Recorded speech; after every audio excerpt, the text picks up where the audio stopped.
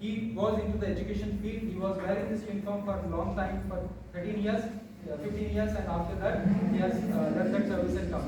So if you want to follow that passion also, you can join as a teacher in Indian Air Force and serve this country.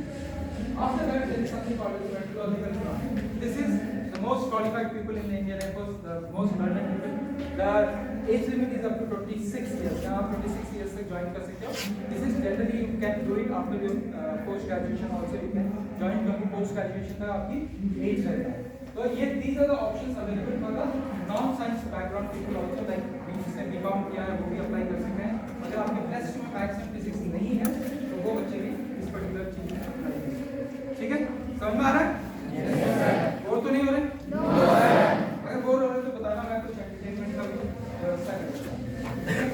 Okay, coming to the important part, the written examination of NDA, CDS, AMCAT is totally up to you. आपको मेहनत करना पड़ेगा, आपको पढ़ना पड़ेगा. ये +2 के syllabus पे रहता है या उसके बेसिस पे पेपर रहता है, ठीक है.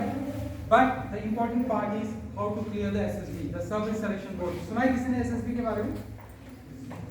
अगर आपको इंडियन आर्मी, नेवी या एयरफोर्स में अगर ऑफिसर बनना है तो आपको ये एसएसबी क्लियर करना है. There is no way out कि आप बिना एसएसबी क्लियर किए हुए इन तीनों सर्विसेज में ऑफिसर बन सकते हो. So this is the process. ये 3 स्टेज का प्रोसेस होता है. This does not have a syllabus, ठीक है, जैसे यूपीएससी का सिलेबस होता है, ठीक है.